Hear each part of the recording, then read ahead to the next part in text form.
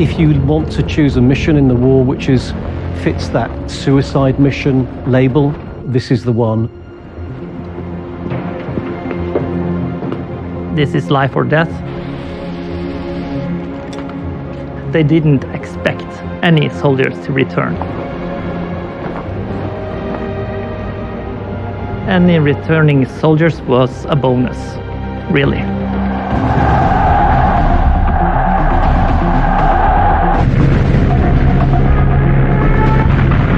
We were losing on every front, so these small-scale commando raids where you risk just a few very brave, very courageous individuals to take on impossible targets on what were basically suicide missions. They were absolutely key as symbols for the morale for the British and wider free nations and free publics of the world.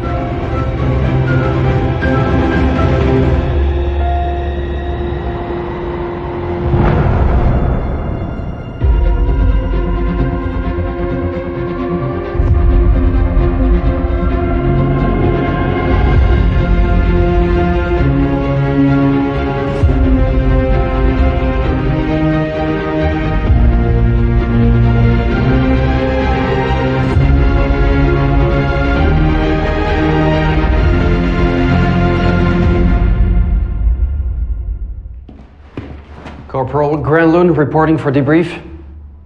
Corporal Granlund, please sit.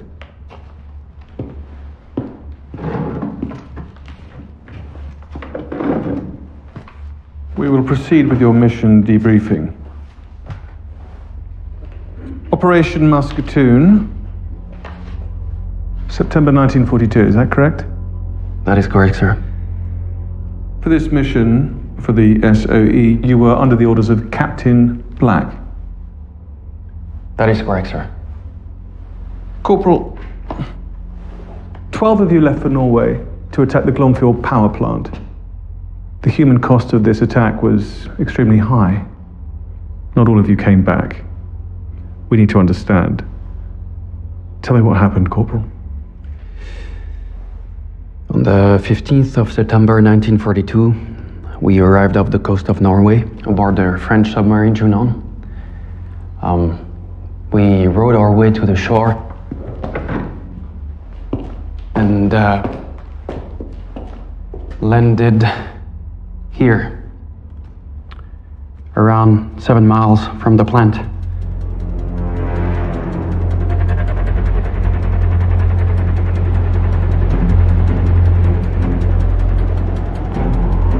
In the first few hours, I pulled ahead of the group to guide my comrades. To reach the Glomfjord plant, we would have to walk for 3 to 4 days through these mountains over an enormous glacier. We knew that the approach would be difficult, but it was the only way to reach our target. Operation Musketoon involved 12 commandos scaling what was believed to be an impossible-to-climb glacier to attack the power station from a point that the Germans would never have expected, and to blow it up.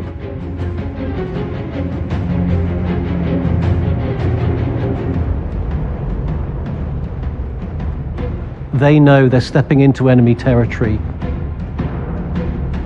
The nearest Allied lines are 2,000 miles away across the sea.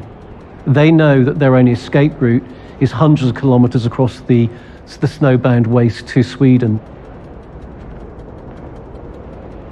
Among the 12 of us, 2 were Norwegian.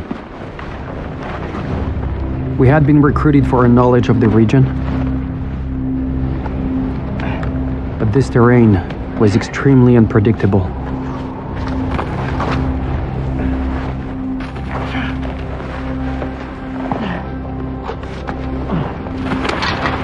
Ah! No! My gun! Ah! Captain, I lost my gun! Corporal, it's all right. Let's go. Move on, Corporal.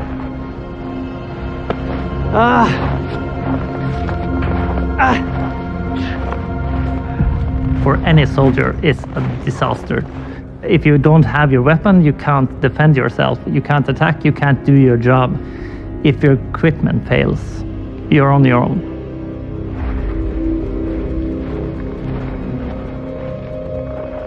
And he's absolutely devastated because if there's one individual in the whole commando or the whole group who burns, who longs to fight the German enemy more than the others, it's Granlund.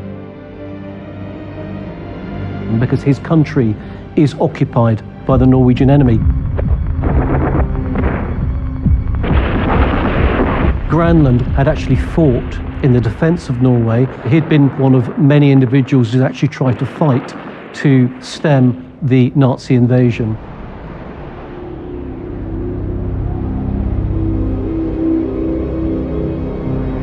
I was devastated by the loss of my weapon.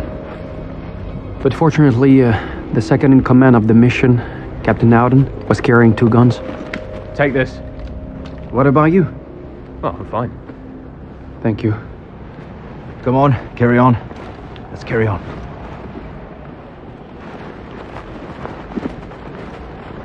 Throughout the entire approach, I only had one thing in mind: getting my revenge on the occupiers.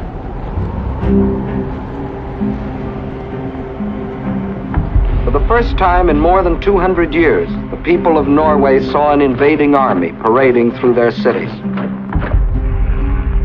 Why did Nazi Germany seek to occupy Norway? There's 2 key reasons. The first reason is that Norway, of course, sits to the east of Great Britain, and so it was potentially a key base from which to invade Britain. The second reason Norway was so important was because it was a powerhouse of natural resources. So you're talking oil, gas, minerals, metals, key resources that the Nazis sought for the war effort. We knew we were getting closer to our target, but the terrain was becoming increasingly rugged.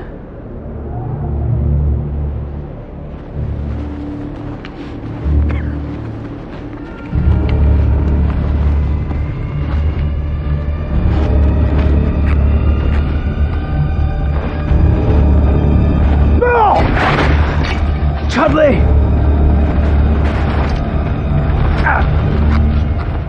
Are you all right? There's a voice from below says, yeah, I'm pretty much okay. Nothing's broken as far as he knows. But most importantly, how do they get him out?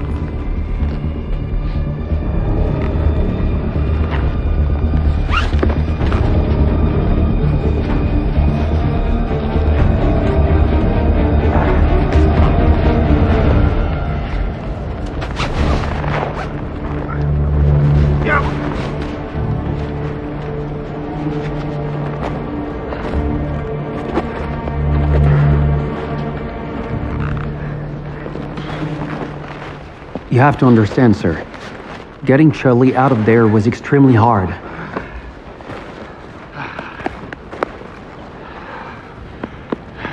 Our every movement was paralyzed by the cold. And then what happened? We set up camp. While some of us recovered a bit, I took Dryad aside to review our escape route one last time. Hvor er det? Her. Sikkert? Ja. The British just can't operate in Norway without Norwegian support. You need the language expertise, you need the familiarity with the terrain, and there is a definite shortage amongst British forces, even British special forces, of men trained for mountain warfare. Norwegian personnel are utterly vital for British Commando raids. To leave the area and reach Sweden, we had 2 options. Climb up the pipelines and scale the almost vertical cliff above the plant.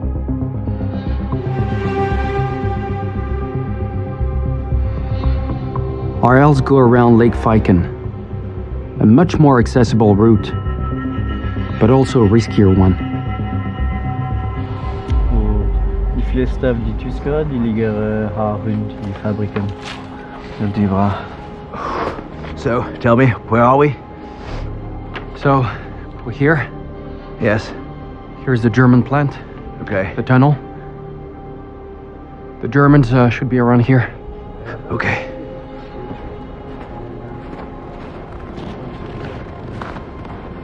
Okay, gentlemen, listen to me. To get out, we have two options. Go up through the mountains by climbing back up along the pipelines, or go down via the lake. I really think we should go back through the mountains. It's safer. Let's vote. To go down, raise your hand. If you want to go up, well, that's that. We'll go down.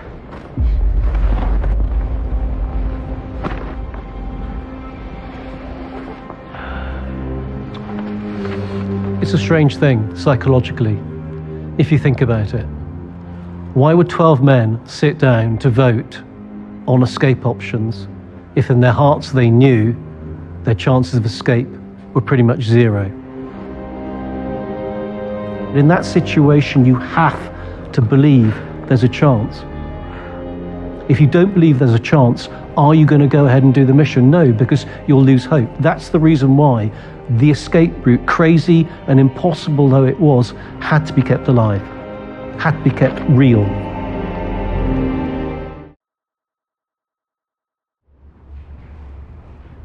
So, after an exhausting trek, we finally arrived at the Black Glacier.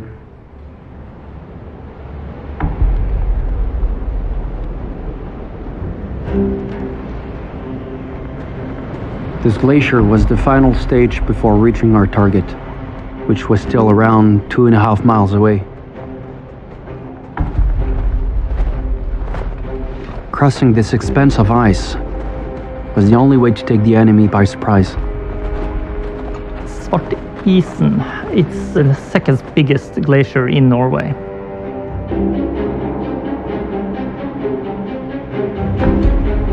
They had brought along a lot of equipment, explosives and stuff like that. So it wouldn't be easy to cross the glacier.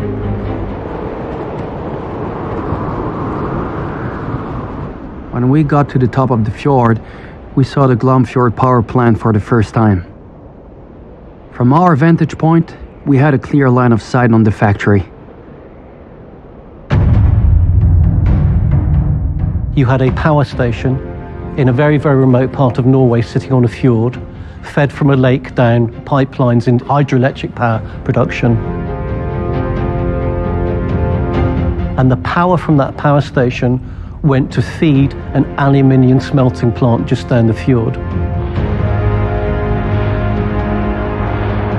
And the aluminium being produced from that plant was crucial for the German war effort because aluminium is the key material used to make warplanes.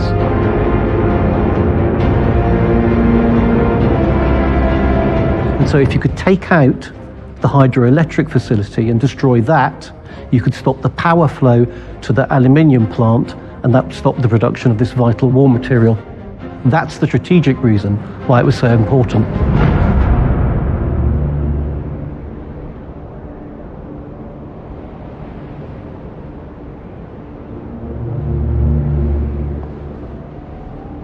The attack was planned for that same evening. We only had a few hours left to study the lay of the land and finalize our plan of attack.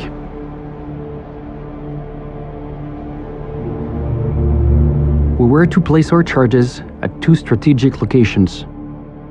First, on the generators and the turbines in the engine room, and then on the pipelines to flood the area completely.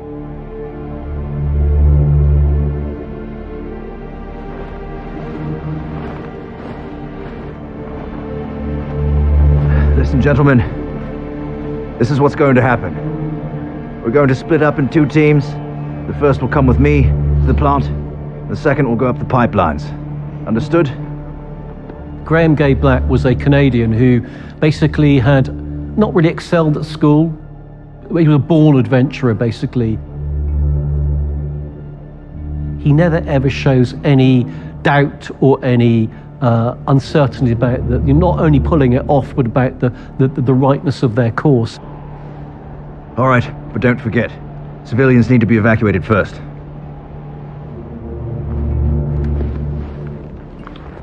Did you take enough time to observe the area? We spent 24 hours observing the comings and goings around the plant. In the previous night, we noticed a lot of activity, lights and torches. So of course we were all a little bit nervous, especially considering the fact that there was an entire German regiment stationed there, 300 men, I believe. What was your state of mind, Corporal? I knew it was essential that we achieve our mission.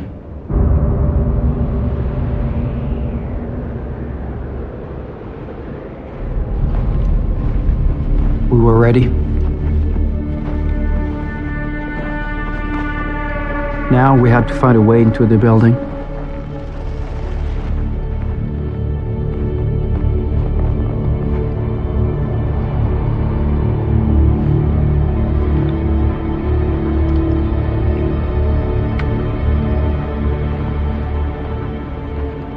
One sentry, right outside the door.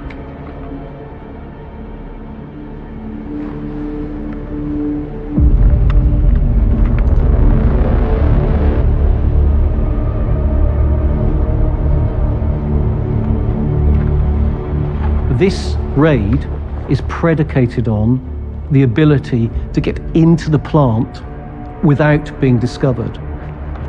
They all have this undying urge to get there and attack the target. No stage is any member of the patrol daunted or has second thoughts. That courage and that single-mindedness is really quite extraordinary.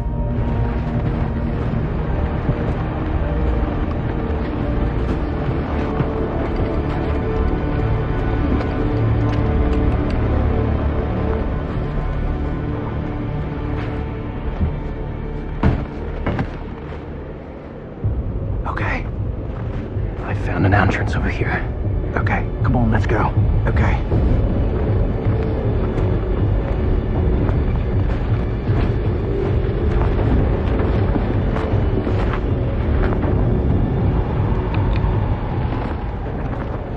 We had left 3 men behind us to cover our backs, and then we went in. Careful but determined.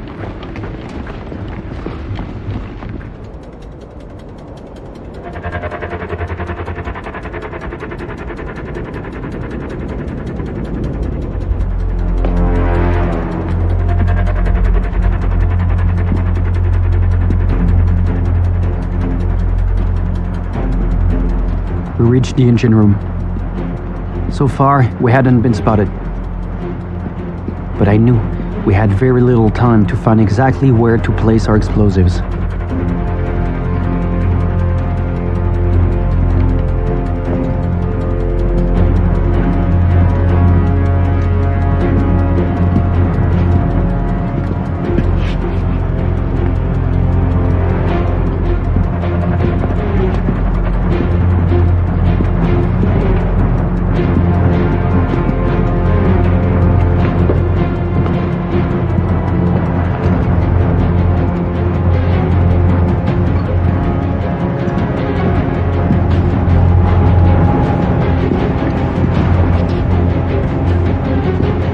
Those setting the charges were ordered to get to work.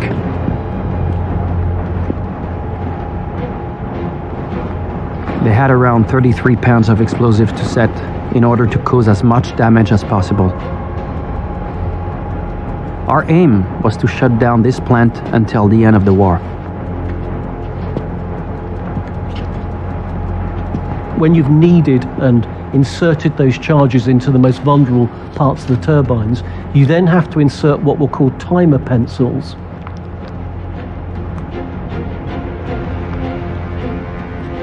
They were made of metal, but they had acid at one end and a glass cap, and you broke the glass, the acid was released, it ate through a copper wire, which released the spring, which triggered the fuse to blow the charges.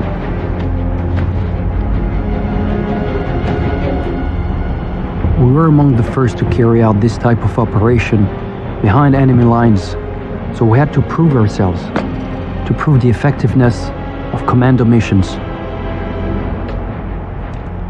These small-scale Commando raids were absolutely key as symbols for the morale for the British and wider free nations and free publics of the world. That's one of the key reasons why Operation Musketoon was so important.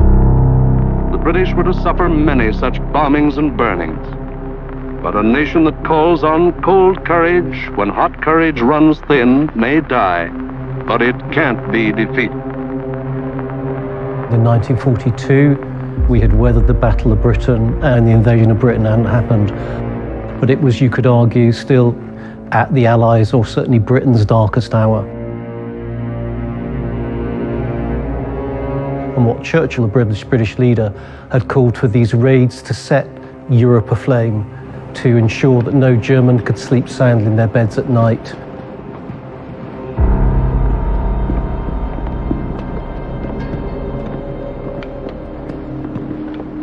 While the first team laid the explosives, Captain Howden and I set off in search of the workers.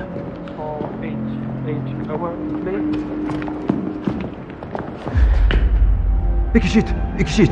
Waar manquer tout ce que pour fabriquer? Inge? Kom. They assured me that there were no Germans in the plant. I had no other choice but to believe them.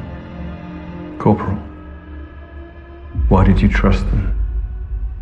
Sir, I was only focusing on my objective, which was to evacuate them so they could get away from the explosion. The idea was to take them through a tunnel that is over a mile long under the mountains and that goes straight to the next village. We spoke the same language, we come from the same country. I had no reason to believe they would be lying to me. So when they told me there were no Germans in the plant, I trusted them.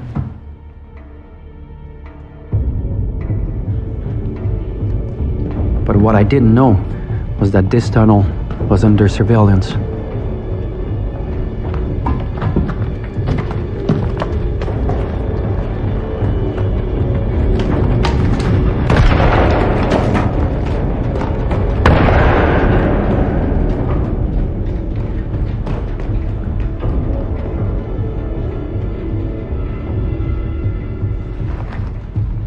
Il y a trop d'idées qui va tout ce que redingre. Go.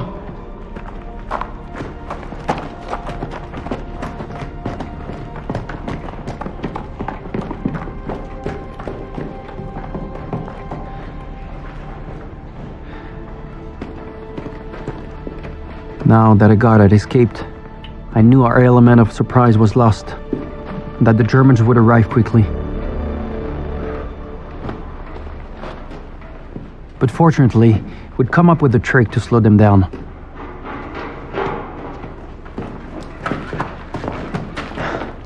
Corporal, there's still people in the plant. You should go. All right.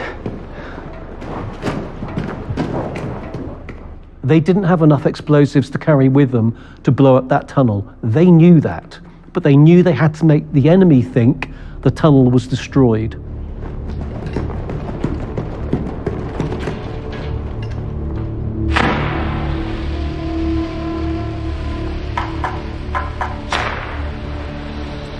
With the alarm raised and German reinforcements imminently arriving, the team set off smoke grenades in the tunnel to essentially give the impression the tunnel's on fire, that access through here is impossible, and of course this covers their withdrawal.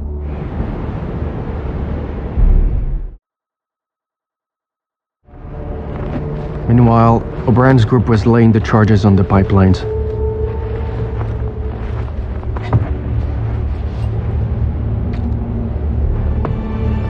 O'Brien's orders are that if he's not given the signal of success from those individuals down at the plant within a certain amount of time, he's to blow his charges anyway. That means that he will be blowing the pipelines knowing that the effect of that will be to kill the other 9 members of the patrol.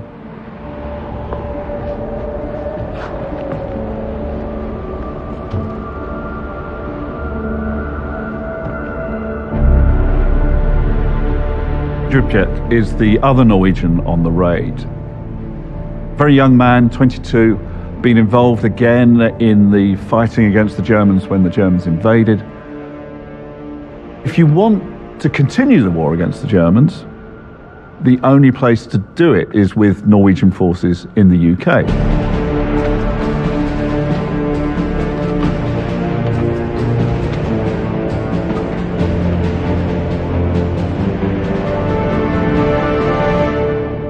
And as for you, where were you? Still inside.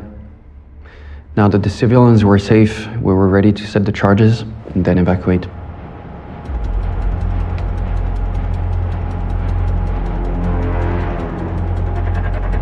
At this point, we had 10 minutes to leave the area before the charges exploded.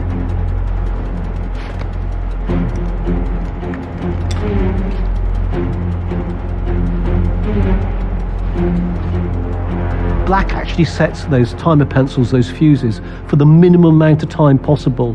So the explosions will go off pretty much as the men are leaving the plant, because he will not risk the Germans arriving and removing them, stopping the explosions from going off.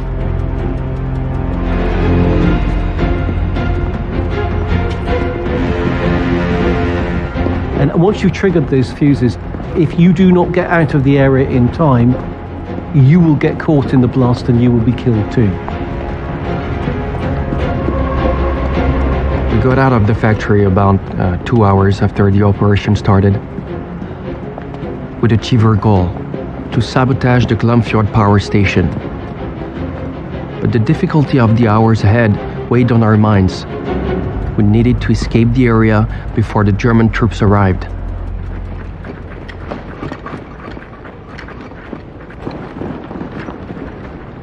So, let's do what we said. As we left the facility, we split up.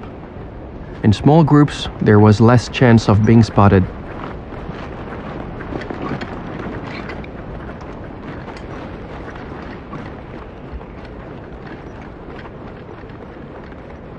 Then we moved out, hoping the charges would go off as planned.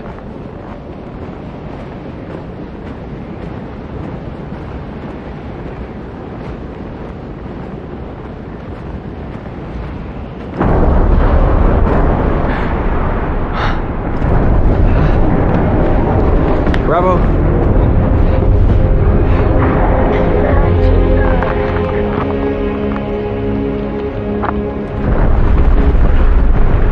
Well played. Well played, men.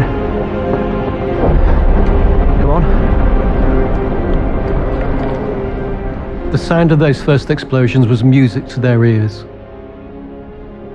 And what basically happens is, every single one of these massive church cathedral-like arch windows in the power station is blown outwards, all the glass is blown out. And inside those turbines, the 3 turbines, these giant turbines upon which the charges have been set, have been lifted up by the explosion.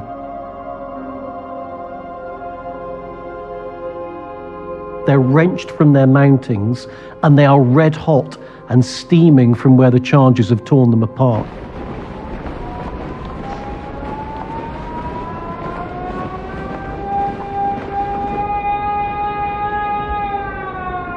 Corporal, nobody saw you? Nobody, sir. But we knew that after those first explosions, all available German forces would be coming after us. As soon as the explosion rings out, the German commander in the nearby village sees it. He knows he's got to get his men to that plant to investigate and ideally capture them as fast as possible. And for the raiders themselves, they are no longer covert. This is no longer a secret mission. The surprise and the secrecy has been blown. Their presence is now known, and they know the hunters will come hunting. As soon as O'Brien sees the explosions go off in the turbine hall, that's his trigger to set his own fuses going. And those are 30-minute fuses.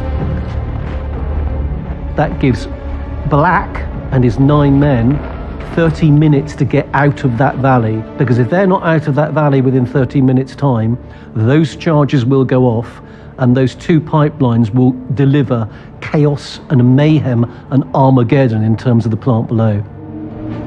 We reached our rendezvous point near Lake Viken.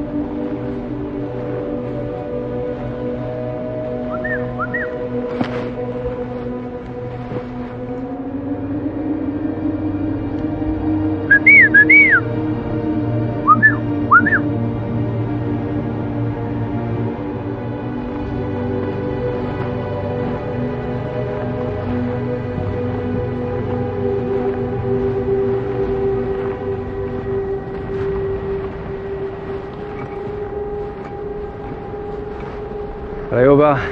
Tak, nie motę. Na to tyle.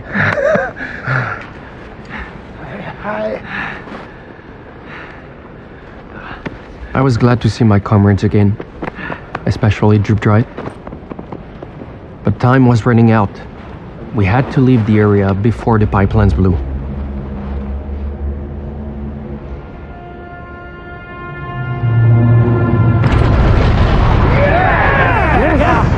Well done. We did it. That second explosion is magnificent. It's absolutely magnificent.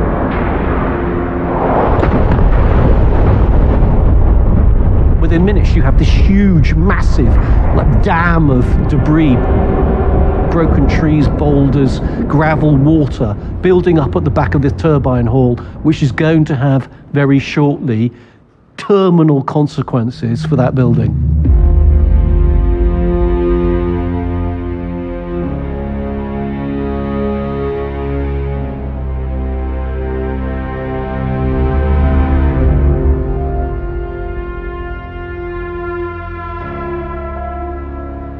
And at the same time, bear in mind, the lights and the power, what they've come there to stop, the electricity generation facility which powers the aluminium plant down the bay, which is the key objective of their mission, that electric power fizzles out to a stop.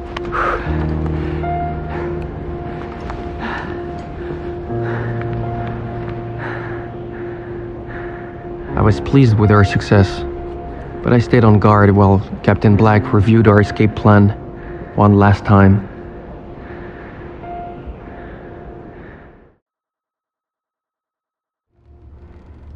After these explosions, Corporal, what was the extent of the damage? Hard to tell from our standpoint. But when I heard the noise, this incredible noise, the pouring water, I knew that the mission was a success. And now we had to escape across enemy territory. What was the plan, Corporal? Our only option to get back to England was to cross the country eastward and traveling 150 miles to go to Sweden. 150 miles on foot? Yes, sir. But at that time, what I had in mind was to get out of the area as soon as possible, because no doubt all the Germans would be looking for us.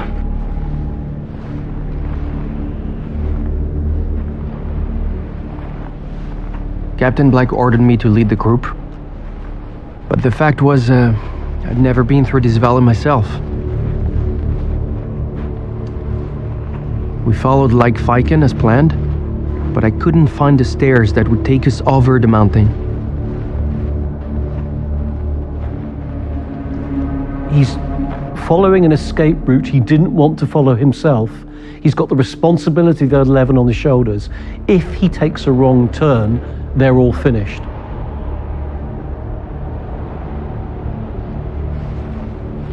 There were probably hundreds of Germans looking for us, but I underestimated the threat hanging over us.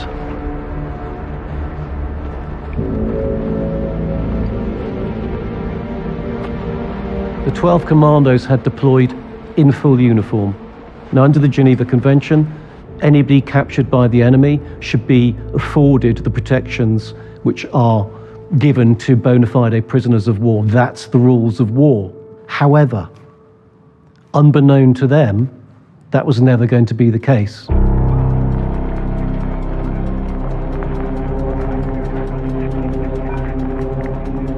Hitler had issued an order which he knew himself to be illegal and which he did not want to become known to the Allies, which said any of these individuals involved in these small-scale raids, no matter their nationality, no matter what they were wearing, would be only kept alive for long enough for them to be tortured and questioned, and then will only be kept alive for long enough for the Gestapo and SS to question them, after which they will be shot without trial.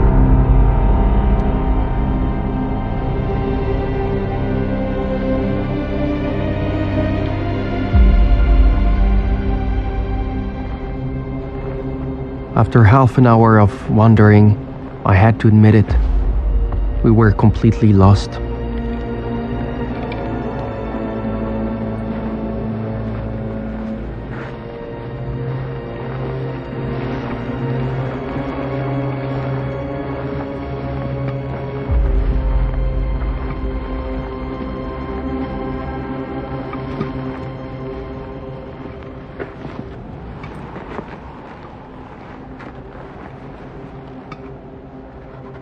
I suppose you were aware of the risk when you approached these cabins. Yes, of course I was scared of coming across the wrong kind of person, but I had no other choice. And then what happened? Inside I found someone from the power plant who agreed to help us. He drew me a map of the area.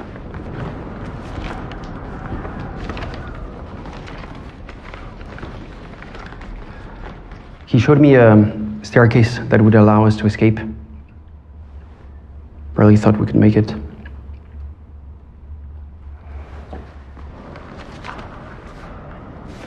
Ikke si at dere har sett meg. Jeg skal ikke si noe. Takk.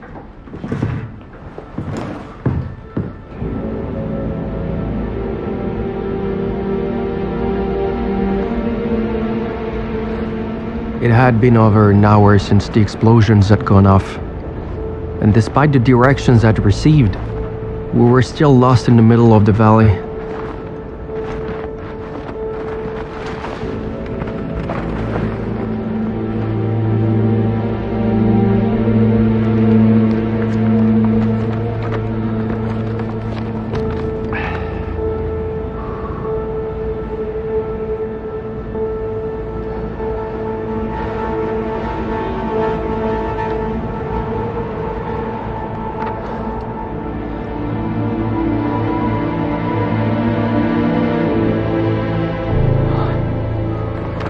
Can be.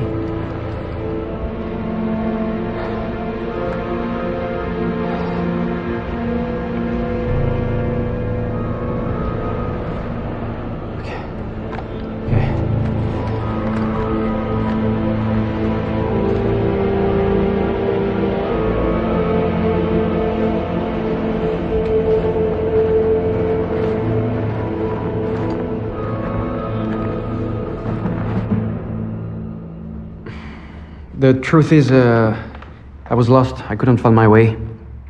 So Jup Dryad and Houghton went back to the hut to try to get some more information from the worker. But what they did not know was that in the meantime, 2 Germans came in.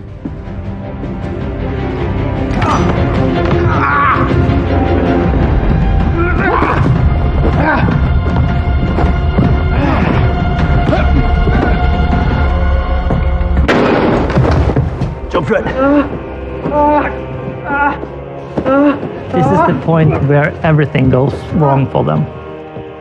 So the bayonet pierces Duprat's stomach.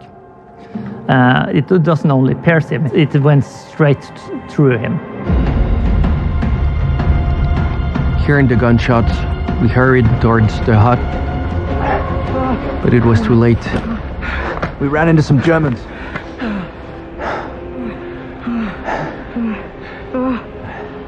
During the confrontation, the 2 Germans had been left for dead, but Jup Dryad was seriously injured.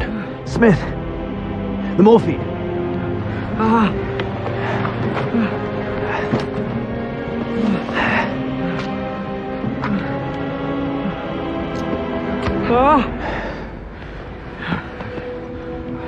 It's going to be okay. We can't wait. The Germans are everywhere. We have to go.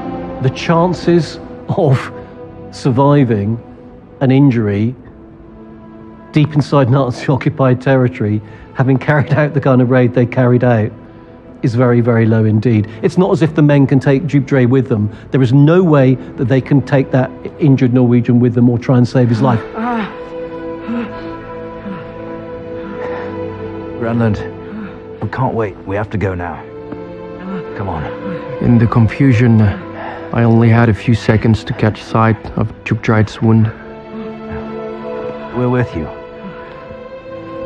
This is a moment of real trauma for Granlund. We have to go now. Come on.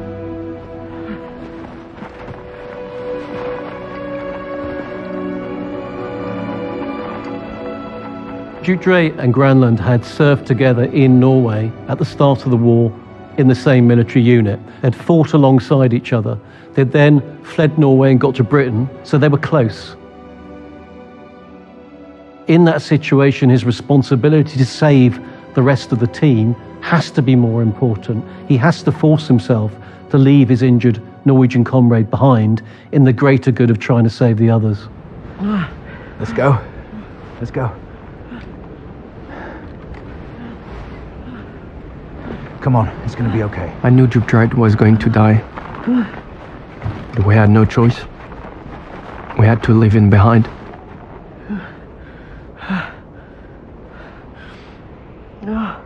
He's too young to die.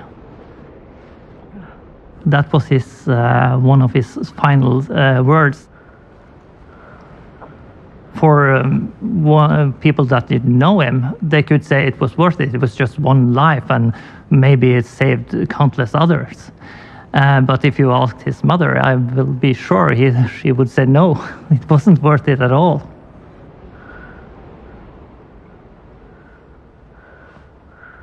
I imagine that it wasn't easy to leave your comrades behind. It was one of the most difficult moments of my life. But we knew the Germans were coming, and my responsibility was to get the first group of men out of here.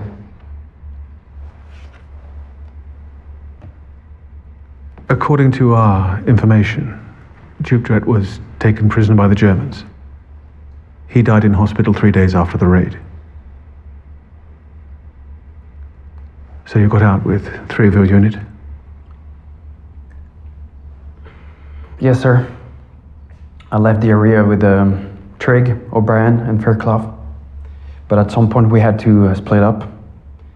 But after several days of walking, we managed to reach Sweden. Your other comrades, they were not so lucky. But Corporal Granlund, in spite of everything, you successfully completed your mission. And we are grateful to you for that. Thank you, sir.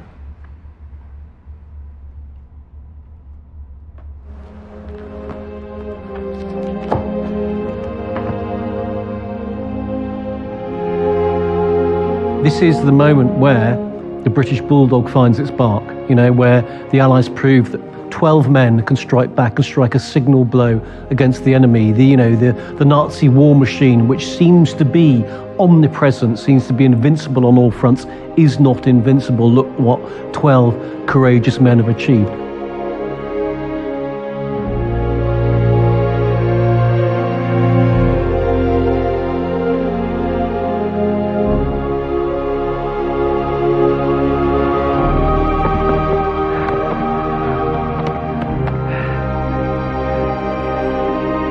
For the SOE in particular, it was proof of concept. It was the first ever raid that they'd carried out, which really proved that you could send small bands of men deep behind enemy lines to what on paper looks like a mission impossible, and yet they could succeed. These were absolutely crucial pieces of hope.